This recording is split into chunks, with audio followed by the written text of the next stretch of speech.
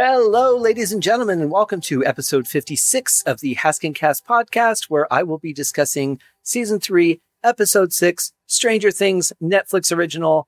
Let's get into it because we have a lot of stuff to go over for this episode. It was a really action-packed, pretty crazy episode, and I took a lot of notes, probably twice as much as normal. So let's talk about a bunch of things. I'm going to start off with the thing that bugs me the most. So I found out that Lucas's sister's name is Erica. I'm sure they've mentioned that at some point during the show. I don't recall it, but they probably did. So I actually looked it up, and it actually had to go to IMDb instead of just searching for cast because she wasn't coming up at all. And she did on the IMDb page. So I know that her name is Erica, and glad to know that. I also, out of curiosity, because it was really bugging me how to pronounce Karen's name, the actress who plays Karen. And it's interesting. It's spelled Buono. And I had to go through 10 different interviews on YouTube to find somewhere where they actually addressed her, because all of the interviews started after they would have said her name, introduced her, whatever. So it was a little bit of work, but it is Cara Bono is how it's pronounced. So it's the U is silent, apparently. And now I can actually talk about her because I know how to pronounce her name, and I don't have to be mean and rude to her by mispronouncing her name. But I'm not going to talk about her anyway because she wasn't really in this episode. Just something that happened to pop into my head. But let's start off with one of the bigger storylines right now, which is Steve, Dustin, Robin, and Erica. And the thing that bugs me, there's a couple things that really bug me about Erica in this episode because she was on it, and her character is just, given the situation, I think her character is a little too much, too headstrong for her age. Not really realistic. I think she would be more terrified at this point. But for some reason, she's not. She's incredibly strong and apparently fearless. But the helmet or hat thing that she's wearing has two flashlights taped to it, which have been on for quite some time at this point, from the time in episode 4, or was it 5? I don't know, where she started going into the air duct from the ice cream parlor. And how long do these batteries last? This is 1984. We didn't have any major power cells back then. They lasted a few hours at best. And I kind of feel like this storyline with them has been going on for at least a few hours since she left the ice cream parlor through the vent. And they're just as bright as they were in the beginning. So I think that's not really right, although they're really sketchy on the time frame. They really don't give you a true essence of how long these things are taking to happen. They just kind of keep going in a sequence. So maybe it isn't as long as I thought it's been. And these flashlight batteries are somehow amazing technology in 1984. I'll just go with that. But I did think it was worth mentioning that doesn't really seem like somebody should have said, hey, turn these off and save your batteries. I mean, even Steve to Dustin at one point had mentioned to him about the walkie-talkie, saying, hey, save the batteries because you're gonna kill it. But apparently flashlights can live forever. So that's the first thing that kind of bugged me about her, and we'll get back to a little more of that later on. But now here we have moments where even this group of 4 people gets separated from each other. So a little bit more isolation, a little bit of character build. I don't know if they're trying to gain a little bit of empathy for Erica or show that she's somewhat human with the My Little Pony thing, but I'm just not buying it. I think that she's really not an accurate representation of what a 7 or 8-year-old kid would be in a situation like this. So, I'm not really happy with that part of the storyline, but the action here is absolutely fantastic. Thinking back to what things were like in 1984, of course, there was a big fight between the Russians and America. They were very, very opposite sides, heavy enemies. And so, of course, that's probably why they picked Russia to be in the show. Of all the different places, they could have picked German scientists. They could have picked anything. Of course, if they would have picked German scientists, then I would have said that was another Die Hard reference, whether it was or not. But, they kind of make the Russians almost Keystone Cop-like in this. The way that they're chasing the kids, the way that the guys in the bodysuits just get easily knocked over. Them trying to break through the door when Steve and what's her name? Steve and Robin are behind the door. And not really bracing it very well, I might add. They're pretty much leaning against it. They're not even putting force into it, while these Russians are trying to bang their way through the door. So that was a little not really believable for me. And again, I know I'm being nitpicky, but that I see the things I see. So that's when Dustin and Erica get separated from them and just kind of go hiding. And then the part with Dustin where he goes into the My Little Pony thing, and I like that he's like showing a little bit of vulnerability and saying, "Hey, I'm a nerd. I like My Little Pony too." And then he gets the fan shut off. And here's Erica not being like, "Oh my God, thank you. Now I know how we're going to get out of this." She's just, being difficult. I believe all these weird things that make no sense that you're telling me, but I'm just not going to believe that my brother was even there, that he had any part of this whatsoever. Just not making any sense. So I really don't like the writing for her character. I like the idea of showing a strong, positive female type, but I just don't believe it from this 7 or 8 year old kid that she's going to be, just fine with absolutely everything that's going on. At this point, it just seems not realistic. But I do love the strength of Steve at this point. But here we go, with the Russians not being intelligent in this. So whoever is in charge, the one that's interrogating Steve, does he really think that some military outfit or some vigilante group or whatever is trying to infiltrate their system by sending these little kids to figure out what's going on? I mean, that is just the dumbest thing, but he's so insistent that Steve is lying, that he's hiding something. It just, I could see them holding on to them. I don't see that amount of torture to a kid, even as hideous as the Russians were thought of back then. I just don't believe that he really thinks that those kids are there to infiltrate. Yeah, it's crazy that they got inside, but at the same point, I mean, they actually did give a plausible explanation, far-fetched as it might be, but I just don't think that it's reasonable for the Russian guy to think that they're actually working for somebody and that somebody would have sent these little kids in to figure out what's going on in this highly sensitive and dangerous area.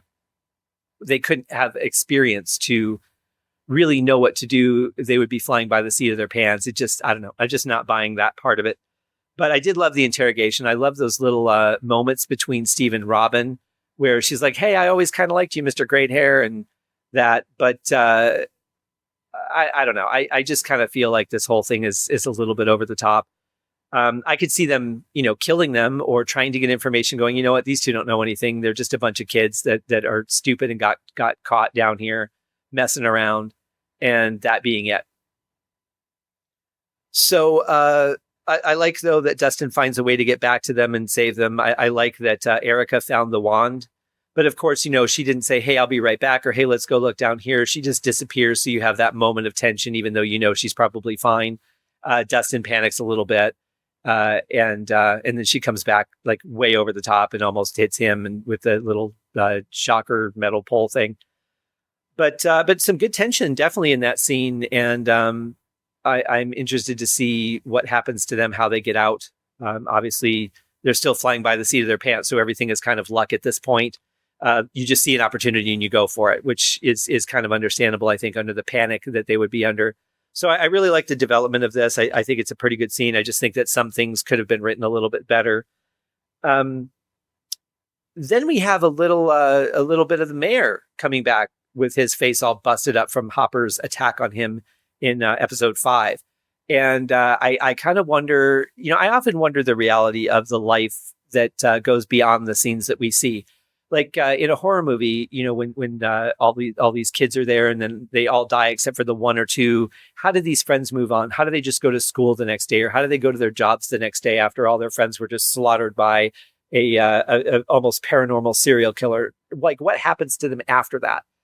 And here I kind of wonder what happens in the time between the mayor, his wife coming home and him obviously getting out of the handcuffs to, "Oh, I'm just going to be at this park and my face is all busted up, but that's fine." how does that play out? How does the secretary not dig into this? How does he just go outside and carry on as if nothing has happened? Obviously, we know now, as I had suspected, how does Hopper keep his job? Well, the mayor's got people out looking for him. So whether Hopper still has a job or not, I don't know. But obviously, if the mayor has alerts out for the police chief, that's definitely not good. It's going to raise a lot of red flags. I don't know in the universe of all of this how he's explaining this to people, but it's definitely interesting. And I'm curious to see again how this storyline will play out. He obviously learned that he really has no power over the Russians, that they can just wipe him out at any time they want. And I kind of don't really know why the Russian is giving him that much leeway to find Hopper, except that it's really the only lead that he has now, since his clunky stomping boots aren't getting him anywhere.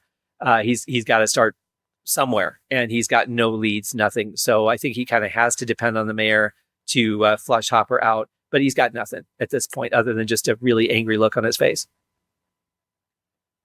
And then that was over, that there's no more mayor, no more big Russian guy in this particular episode. But we do go back to the Russian scientist and Hopper, Joyce, and Murray. I can accept Murray being over the top. I more so than I can like Erica or the Russian guard at the base that's interrogating Steve, because that Murray has seen some shit. It's not just that he's paranoid, like he's seen stuff, things have happened to him. He has a reason to be this eccentric. So I can go along with that. I can follow that part of the storyline. I can go as wild with Murray, as wild as he gets. I don't think he's done anything that I thought was too over the line since I understood the depth of his paranoia and his understanding and the things that he knows that, of course, people just think he's a wacko because he has knowledge that people just aren't ready to face in 1984 or 2019.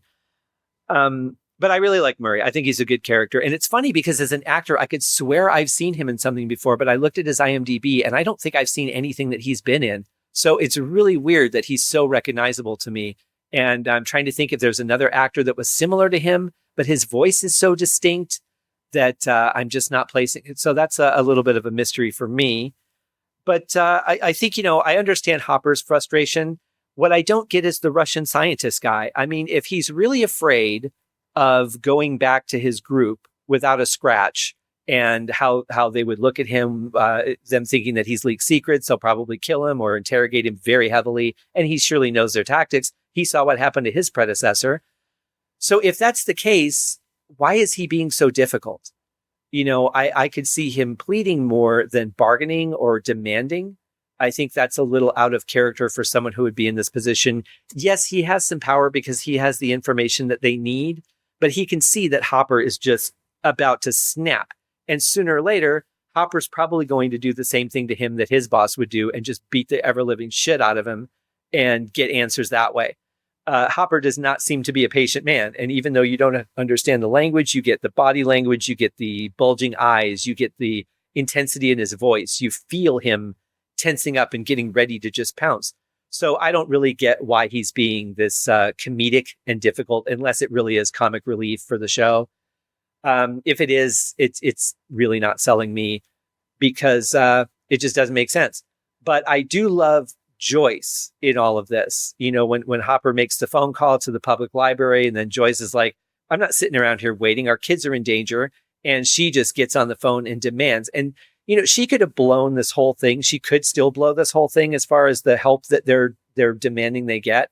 I don't know. And she doesn't either. But I just love that forceful, I'm not going to put up with this because this is my kid and I've been through this enough, having my children in danger mentality. So kudos to Joyce. And it was a little bit comedic as well, which I appreciated. But man, that girl's got some spunk. And I really like that. I really like that she's willing to fight, just like pretty much everybody on this team, except for Lucas, who once again, another episode, and he didn't really do anything that had any substance whatsoever. He was just kind of there along for the ride.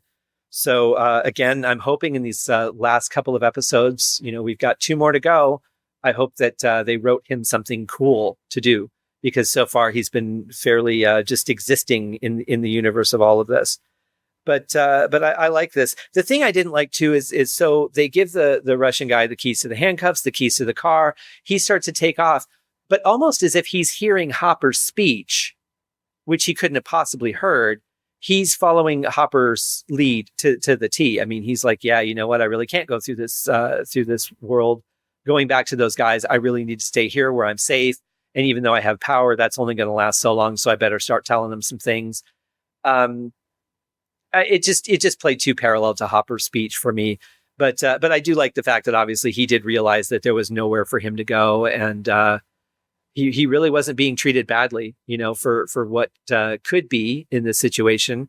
I thought they've been extremely nice to him, except for obviously kidnapping him in the first place. But that's beside the point. So the meat of this episode really, really is going back to the main group. Mike and Will and Lucas, Nancy, the girls, and Jonathan. They're really right now at the core of the defending and attacking and starting to try and put an end to this thing. And I gotta say, once again, just another incredibly badass scene for Elle. The way she threw that monster around Yoda style, loved it, absolutely loved it. And I love the look that she gets on her face. I love the intensity that she acts with as she, throws this thing around. And I kind of have to wonder what it's like on set when there's just nothing there. And I don't know if they have like, a drone or something that they fly around so that everybody's kind of looking in the same spot. But just to have that intensity and have there really be nothing in the room, but it's so believable. It's like you really think there's something there. In the actual filming in the real world of all of this, I just, total kudos to Millie, who is a fantastic actress. And I really think that she plays these scenes so well, even at the, before they even go upstairs when they're down there and Will's, he touches the back of his neck and he's like, he's here. The look of screw this that she gets on her face, that intensity, I absolutely love it. And, she's just getting ready to destroy something. So great writing, great directing, great acting from her for sure. But let's talk about the things that really kind of don't make any sense in this scene. So has nobody really understood that Will is still connected to all of this? He knows when the thing is here. There's still some part of him that is attached to all of this, whether it's going to physically manifest in this episode to have him be part of the creature or not. He feels something on the back of his neck. There's an actual physical change that he experiences. And it just kind of seems like, well, yeah, but mom got it out of me except for this little bit. But nobody seems to really be concerned about what's happening with him, which is a little bit of a red flag for me, especially after everything that he's been through and everything they went through to get the thing out of him in season 2. So that's a little weird. And so lights are flickering. They've got to get upstairs to make sure that Nancy and Jonathan are okay. And what do? They go for the elevator. And it just seems like instinctually, at least one of them would have said, hey, the power's going in and out. Maybe we shouldn't get on the elevator. We need to take the stairs. It just seems like fight or flight or whatever it is would kick in and somebody would say, don't get on the elevator. But yet they all go for it. But because the elevator is taking too long, they go for the stairs. Now, in the midst of this, of course, there's the nurse. And this is another thing that I sure she would have caught up with the kids and said, hey, you can't go up there or whatever. But it seems like she had just no notice or concern that the lights were flashing. And it makes me again wonder, what can people see and what do they not see?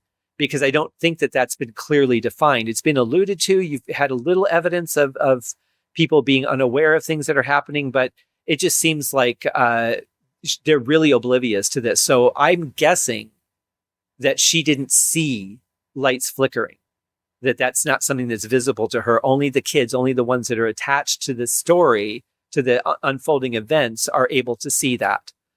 But still, like I said, the lights are flashing. One of them should have said something about not going on the elevator. So that was, to me, again, that was a little bit off. But I have to wonder, as we're getting to see more and more of this world, is that really the case? What are people seeing and what are they not seeing? Who's privy to what in this universe? Because without knowing that, it is a little hard to follow people's actions and understand why they're doing or not doing things that you would expect them to be doing. So when the monster turns into this sort of, sludge to get under the door to get to Nancy, and then we see the long shot of Jonathan coming around the corner in the corridor, why does he throw his weapon down? I don't understand that. He didn't try to attack the ooze or whatever at all. He just drops the only thing that he has in his hands that could be potentially helpful to Nancy, who's now trapped in this room, although he doesn't know whether there's an exit in there or not. But it just seems like he would have tried to attack the thing with the pole that he had, just in case it would help, since he isn't really doing anything else except screaming Nancy's name so that she knows he's there. So the creature can obviously change shape. It can form and reform, and this might explain some of what I asked in the last episode of why is this creature like 5 stories tall and then all of a sudden he fits in this little room. I don't really get that. And I still don't, because if he's that big, why do they need to build him up to be big again?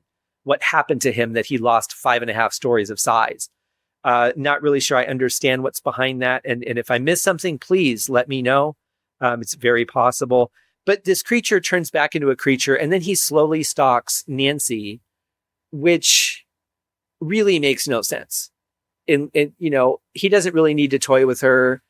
I don't know that the monster's really getting any glee out of this, but of course it's just got to scream right in her face, which had to be the most horrible part of this whole ordeal for her. But basically it's just buying time for it to be reasonable for Eleven and gang to find Charlie so that they know where Nancy is at. So, it's kind of a trope, but that's the way that they played that out. You really don't have a sense of how far away they are, how long it's going to take them to get from point A to point B. You just see, the creatures delaying things, and then all of a sudden they're in the room. So the next thing is, Max, she's like, motherfucker. And then they always cut off like the more major swear words. And it's just, come on, if you're going to put it in there, say it. If you're not going to say it, don't put it in there. You can just be like, oh my God, or holy Jesus, or whatever. I don't really care about words. I don't think that a swear word is any different than any other word, but because we've deemed them that way in society, maybe they're only allowed so many without having to do like a parental consent on the show for Netflix. I don't know. But, she was close enough to saying it where it's like, you might as well just say it or choose a different word, because it just cheapens it to me, to put it in there and then cut it off like that. Just really silly. But so 11 gets to be an absolute badass and throws this creature around the room, then throws him out through the window. And the kids start running. Jonathan runs into the room to make sure Nancy's okay, and she's on the floor still. But yet when they get to the bottom, they all exit together. So somehow, with the kids running as quickly as they could to get out front, Nancy got off the floor while being checked on by Jonathan, and they all caught up to the kids, and they all exited the front door at the same time. Then the ooze stuff is running towards the drain as fast as it can, and Elle's natural reaction is to protect the group behind her, so she puts her arms out. But she did nothing to stop it going into the sewer. It wasn't like they put a tracking device on it to figure out where it was going or the source of it or anything. She just literally watched it go into the sewer. And I really don't understand that, because she has the power to destroy this thing, especially in a weakened state. So I don't really get, again, what's happening there, or why she's not taking the action that she certainly could have if she wanted to. So we get some good, though. We get some insight into Billy and why he is the way he is, not to justify it, at least in my mind, but just to understand it. And get an idea of why he's such a hateful person, why he treats his sister horribly, why he just hates everything he sees that isn't a sexual conquest.